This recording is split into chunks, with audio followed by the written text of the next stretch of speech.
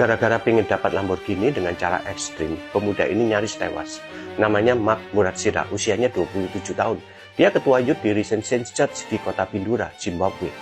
Nah, demi untuk memberikan mobil Lamborghini ke pacarnya, ia rela puasa yang rencananya 40 hari 40 malam. Ia pikir Tuhan pasti luluh hatinya jika ia sanggup puasa 40 hari 40 malam. Lalu Lamborghini gratis datang dan ia dapat berikan kepada pacarnya. Ia lantas mengasingkan diri ke pegunungan supaya nggak tergoda makan. Tapi di hari ke-33 tubuhnya kolaps total sampai teman-temannya harus buru-buru membawanya ke Bindura General Hospital biar nyawanya terselamatkan. Jemaat gerejanya sempat pengen bantu, bahkan mulai kumpulin dana. Tapi setelah tahu harga Lamborghini yang sesungguhnya, uang yang terkumpul akhirnya cuma cukup untuk bayar biaya rumah sakit. Guys, jangan ketawa dulu ya. Jangan-jangan kita pun kayak pemuda ini.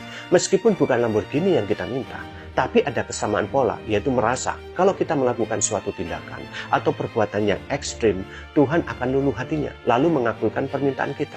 Kita pikir jawaban doa itu soal seberapa keras kita paksa Tuhan, seberapa lama kita berlutut, seberapa ekstrim kita berpuasa. Itulah pola pikir keliru yang seringkali tidak kita sadari. Kita sibuk kejar metode, bukan mengejar Tuhan. Yesus katakan di Yohanes 15 ayat 7, "Jikalau kamu tinggal di dalam aku dan firman-Ku tinggal di dalam kamu, mintalah apa saja yang kamu kehendaki dan kamu akan menerimanya." Banyak orang cuma kutip di bagian ini, mintalah apa saja yang kamu kehendaki dan kamu akan menerimanya. Mereka baca ayat itu seperti pesan makanan di resto, asal minta pasti beres.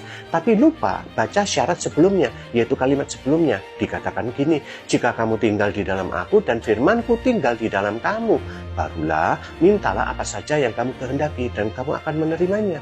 Ini satu paket, tidak bisa dipisahkan. Kuncinya bukan pada mintanya, tapi pada tinggal di dalam aku. Jadi doa bukan alat untuk mengubah hati Tuhan. Doa adalah tempat Tuhan mengubah hati kita. Puasa pun sama. Puasa bukan teknik khusus untuk membuat hati Tuhan lebih terenyuh. Mau kamu puasa 40 hari, ataukah kamu juga nggak puasa, cinta Tuhan sama kamu tetap sama. Puasa itu untuk mematahkan ambisi pribadi, mematikan ego kita, dan menyelaraskan keinginan kita dengan kehendak Tuhan. Seperti Paulus katakan, "Berubahlah oleh pembaruan budimu." Roma 12 ayat 2. Itu inti puasa, yaitu transformasi bukan transaksi. Tanpa sadar, kita sering datang ke Tuhan bukan sebagai anak, tapi sebagai negosiator yang merasa hak kita semakin kuat kalau kita semakin keras berupaya.